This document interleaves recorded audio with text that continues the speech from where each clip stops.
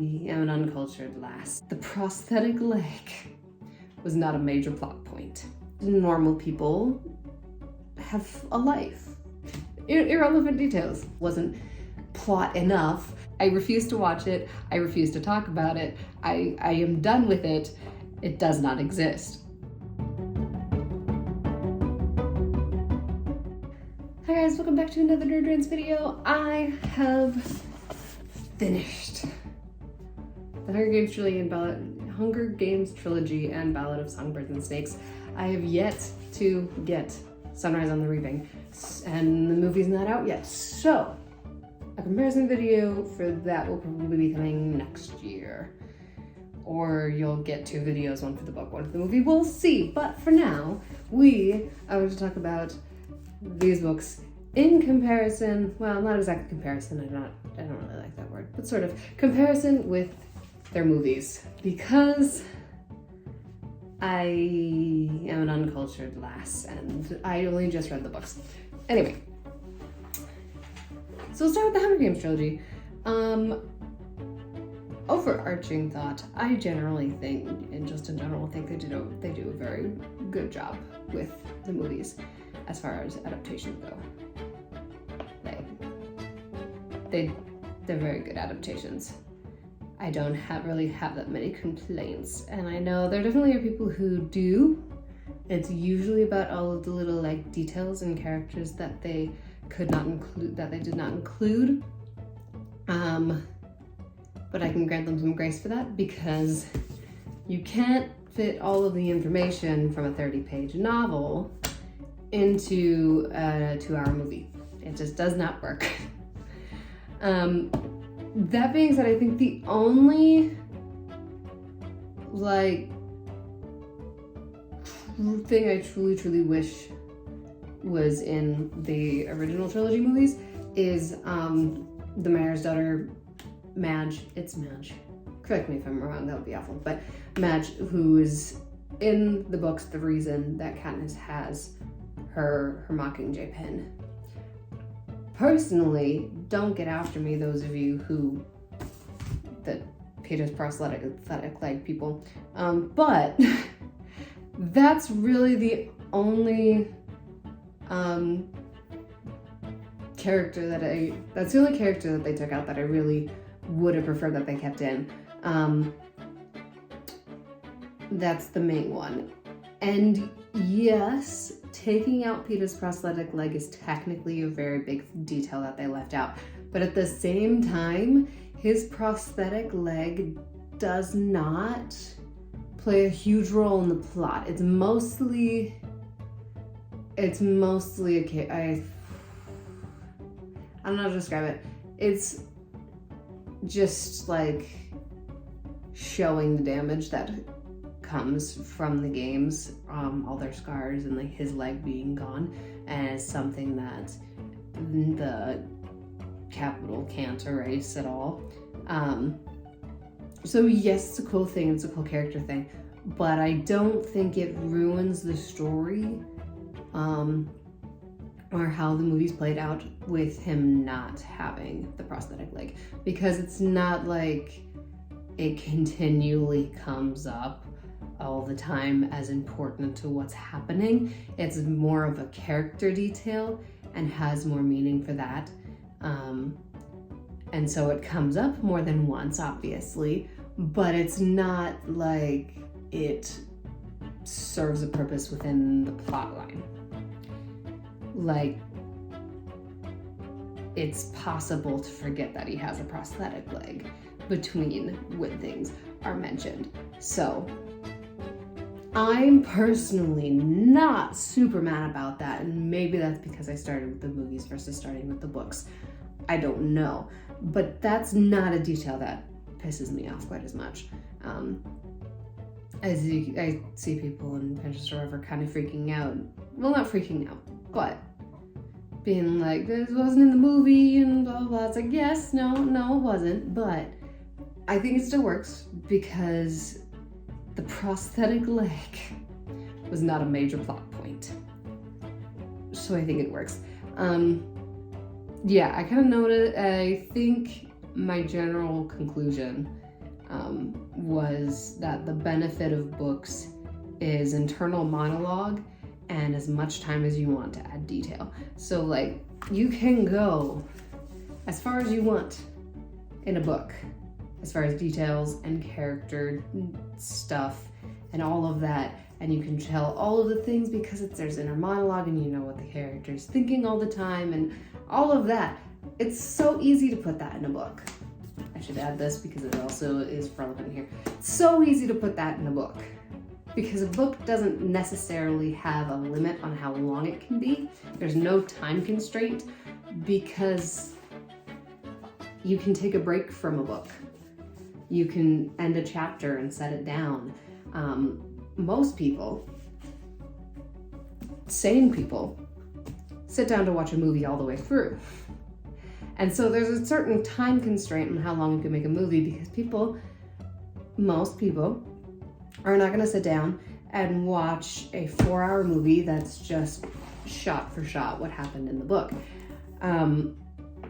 Because normal people have a life.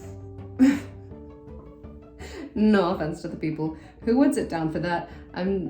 You might have a life too, but anyway, yeah. So there's time constraints on a movie in this, so that reduces the amount of details you can add in. And it's a cinematic format, so you can't add inner monologue very well without. Yeah, it's hard to make it an engrossing movie, I think, while breaking it up with inner monologue, because then you have to figure out what's the balance between explaining what's happening in the character's head versus just showing what's on screen. And I think they do a very good job of planting all those Easter eggs, making sure we know the details that we need to know without like Katniss's and then Corio's internal monologue. They do a pretty good job of laying that groundwork, and so you have the details and they give you the information, but it doesn't feel super info dumpy. So I think they do a good job of that. I enjoy the adaptations. I think they did a really good job. But yeah, I enjoyed the books. I do enjoy the books. They're really fun, and because I got through them really quickly, I read all 3 of these in like a month, if that. I read Catching Fire on my week-long honeymoon, start to finish. So yeah, I got through these very quickly. It was fun to have a book that was just really quick and easy to read, especially after Aragon. Like, love this Aragon series, but they're so long and they feel long to get through. So these were nice to just sort of be a quick read. Plus I was able to appease Bestie Bryn because she peer pressured me into buying them when she found out I had not read the series. We were in Denver, Colorado at the time, not nearby my house, but anyway, irrelevant details. So yes, she's happy now, and I'm happy too. It was really fun. It's nice to find a series that has all the hype behind it and is actually good, because sometimes they're not, and everyone enjoys them, and I read them. I haven't had a whole lot of experiences like this, but I read them like meh, which is part of the reason I haven't read things like Harry Potter. I'm just like, cool, I'll get into it. It's like I've watched through the movies, I've done a lot of weird rabbit trails and stuff, so I know a lot of fandom information. I really do. But like, I'm also a little wary to jump into a 7-book-long series because it feels daunting to jump into a book series that long sometimes. But also I'm just like, is the hype worth it? Because sometimes it's not. But anyway, I enjoyed it. It was fun. It was cool to have the extra details, because the movies follow the same plot line, all of that, but because of their formatting, they lack some of the details, some of the character stuff. And so it's cool to jump into the books, get the same story, but have more of the detail and more of the world building stuff in it. That's the cool part. That's what I appreciated. That's what I love about books, is world building, character work, all of that, and it can be done on a much deeper and larger scale because there's no time constraint on a book. But yes, I enjoyed it. It was fun. I like this series. We all know the story at this point, so I don't need to ramble on about it because everyone knows Hunger Games. If you're a random person who lives under a rock or something, dystopian world, maybe centuries in the future. They don't exactly explain. They just say it used to be North America. And teenagers are picked to fight to the death in an arena. Last one standing wins. That's Hunger Games. So it's a lot more involved and complicated than that. But that is the briefest premise. That is the premise, and it's very good. Also, Songbirds and Snakes. I don't have a whole lot of other thoughts on the Hunger Games, on the OG trilogy, just because we all know the story. I know the story. It's just really fun to have more details and more character stuff, and see all the little things that they couldn't include in the movie because of time constraints. Ballad of Songbirds and Snakes. I just finished this one a couple days ago. Again, they did the adaptation well. One upside to the movie is I can actually hear the songs that are written in it. Because one, bless you, Suzanne Collins, for writing songs for your book series, like peak. But also, I do like hearing the songs. It's like that, and seeing some of the scenes like cinematically played out is so cool. That's the upside, I think, to the movies. There's probably some books that are like written and they're meant to be made into a movie adaptation, and so you do it right and it's just perfect.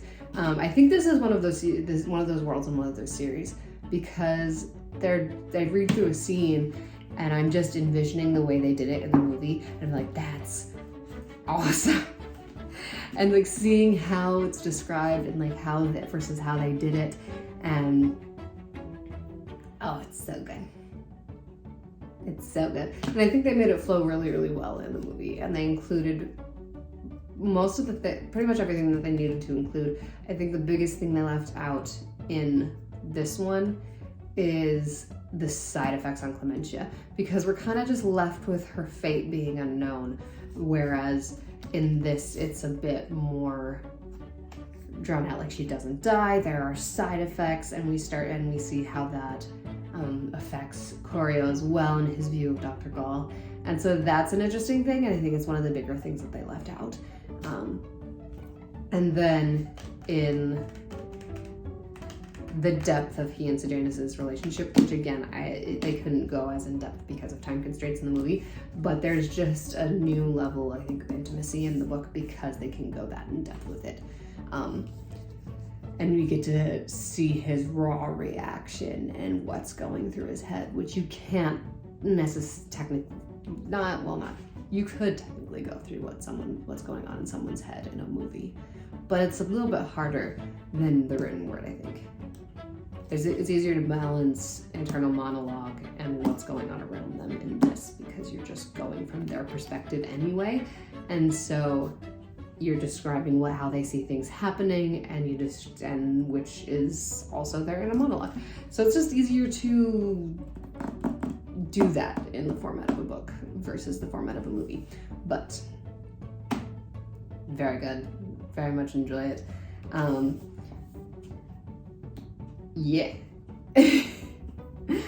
I cannot say that I didn't sing the songs and the tune they did in the movie in my head while I was reading them.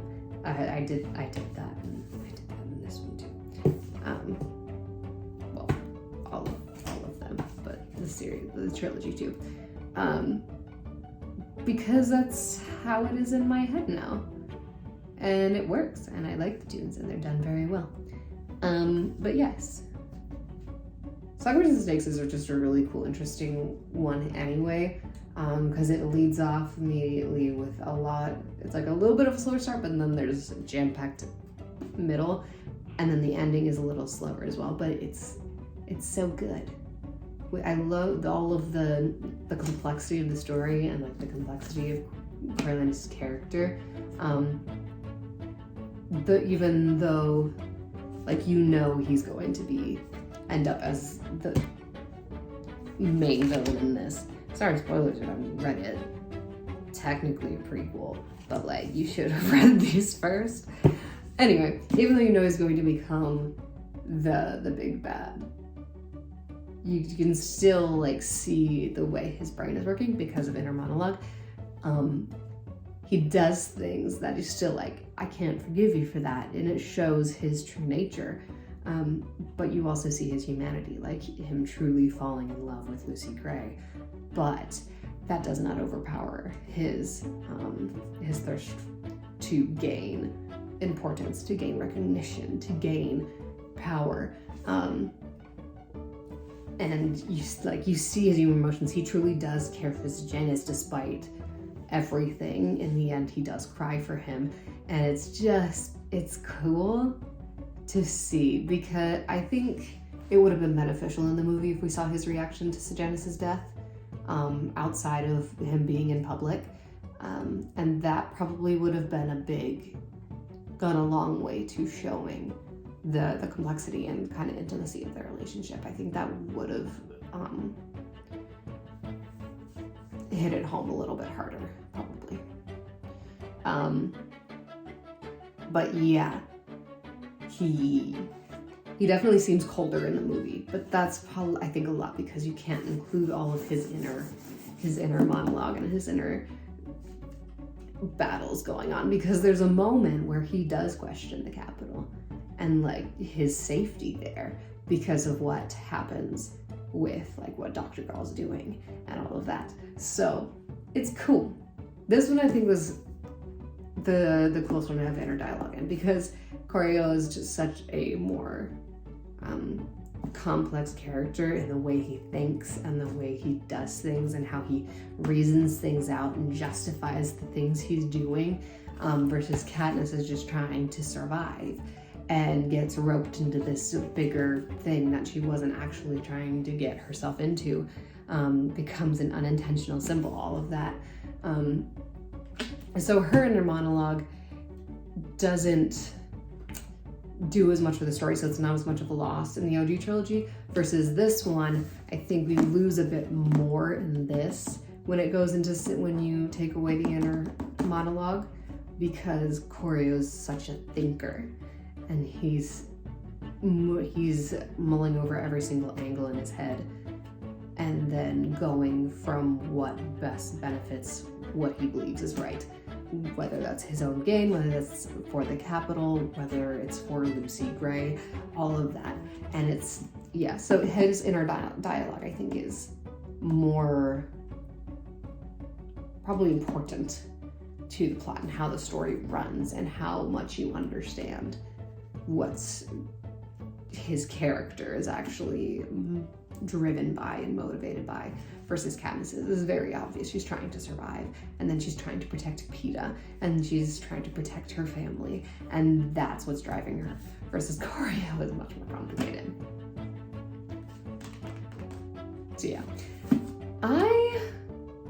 I might like this one better because I love the way Corio's inner monologue is written. It could also be just because I just read it, but I really like the complexity of Corio's character, even though I know he's the villain, and even though I cannot sympathize with some of the things that he chooses to do. Seeing the complexity of his character and the humanity of his character before he becomes what he does in this. It's 74th, so it's 64 years later. He's like 80 years old, and just how that journey starts It's so good. It's so good. I also miss Pluribus in the movies. Pluribus is great. Like, he's not essential to the plot, but Pluribus is kind of a great side character. And we love him. And he just loves Lucy Gray. And it's great. Oh. I feel like I've had some shorter videos lately, which is not a bad thing. I've just noticed it's kind of a trend lately. Perhaps this time it's probably because I'm discussing something that people know a lot about and have already discussed a lot about, and so really the main thing I have to say is that it's fun to have detailed world building and the character work and whatever else that we don't have time to get into in the movies. But I definitely do like the movies. Like, I enjoyed them, and it was so different when I first watched them because dystopian wasn't a genre I'd really gotten into at the time. But I was like, oh, this is kind of fun. And now I've gotten into Maze Runner a bit and had a dystopian story idea of my own, and so dystopian is kind of fun. And I should find more.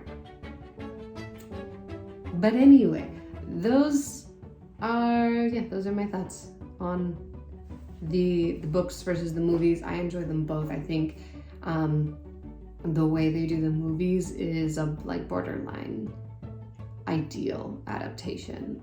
There will never be a perfect adaptation, I don't think, because they're trying to play towards more of the cinematic audience, and as well as the book lovers, and they're trying to be, when they're doing it well, trying to be true to the book, but keep it in a decent length of time so that they're not losing the cinematic audience and only getting the book lovers.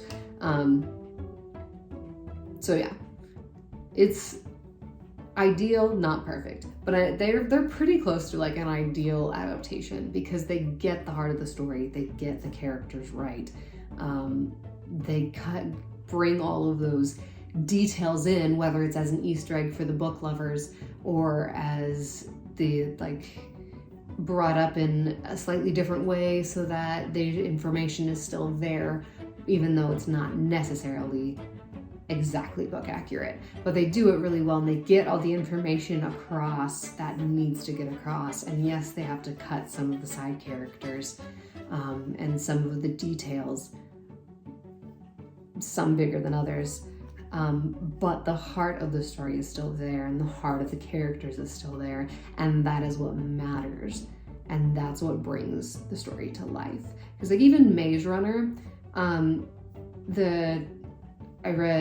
that's another one where I watched the movies and then I was like, oh yeah, this is a book series, so I read the trilogy as well, and I enjoyed both. The movies, the first one is probably on par with the accuracy of the Hunger Games movies, where it's pretty close to accurate. It's pretty close. It's pretty accurate, and it tells that story really well. And then by the second movie, they begin it differently, and so then there's a shift. The main plot where they're trying to get across the scorch is still there, but the reason why and the motivation and some of the things that happen along the way are different. And then by Death Cure, it's very different, and some of the core things still happen. Some of the core things still happen, but it's a very different story.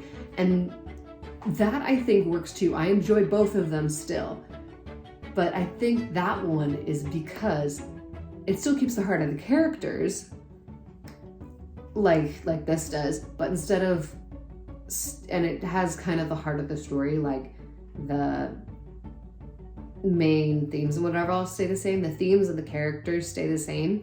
But the difference is, it differs so much in how the story ends up going that I can enjoy them both separately without comparing them to one another, because they're almost different stories. They're the same story, but they take such different paths that I can just choose to. I can just enjoy them. And there's definitely times where going on a completely different path does not work at all, and it's just awful. But they did it well so that the themes and the characters remained the same. So it's almost like an alternate universe where it's like, this could have happened in the Maze Runner universe, but according to the books, technically it's not. So I can enjoy them both despite the differences between them, because they kept the heart of the themes and the characters the same. And then the path that they traveled was just different. So that's another variation of like a good adaptation. This one, they kept the heart of the plot, the themes, and the characters, and so it was fairly accurate in movie to book. And then in Maze Runner, they keep the heart of the characters, they keep the themes, and then end of the first book, they keep the main plot, but then it veers off, but it remains like the same story, but just a different path that the characters took. And so it's really cool, and I enjoy both of them. I don't know, that's as best I can explain it. But yeah, I think Hunger Games, great adaptations. Yeah, I don't know if I've encountered ones based on a book series that I love that have topped Hunger Games. Maze Runner is definitely below it because it's just not quite as high, maybe because they don't keep the same plot or whatever, but it's a little bit lower than Hunger Games. We also have Lion, the Witch, and the Wardrobe, Narnia, Lion, the Witch, and the Wardrobe specifically. That one was wonderful. Love that movie with all of my heart. Prince Caspian, I went on a rant about this a couple months back, in like April, whatever that was. Prince Caspian, it's similar to the Maze Runner remakes, adaptations, because it keeps the heart of the characters in the story and like the themes of the story, but it takes a very different path. So like I can enjoy the movie, but it's very much like not the book. There are some big differences that they put in, that they make. Big changes that they make. And then we have Voyage of the Dawn Treader, where we get a different director, and we lose the heart of the characters and the story. And so even and the plot as well, because they start combining islands willy-nilly, and they decided that them seafaring and looking for these lords wasn't plot enough. So anyway, then we have, so having the duality of that, where the first two keep the heart of the characters and the themes, and the first one has the heart of the plot. And then the third one, where we lose all of that, and you suddenly realize how important that is. So, and that's why there's no more of them. And why we're getting whatever the heck Greta Gerwig's Netflix version is. I refuse to watch it. I refuse to talk about it. I am done with it. It does not exist. But anyway, yeah, those are my thoughts on the Hunger Games with books versus movies. You can feel free to continue to discuss, just please be respectful. I don't want anyone screaming out at me about Peeta's prosthetic leg. I'm sorry that I don't see it as important to the actual plot happening, and I can be okay with it not being in the movies, but I'm not wrong. It's important to his character, but not to the plot. And when you have time constraints on how deep you can go into the characters, there are just some things that don't happen. Is it sad? Yes. Would it be cool if he had a prosthetic leg? Also, yes.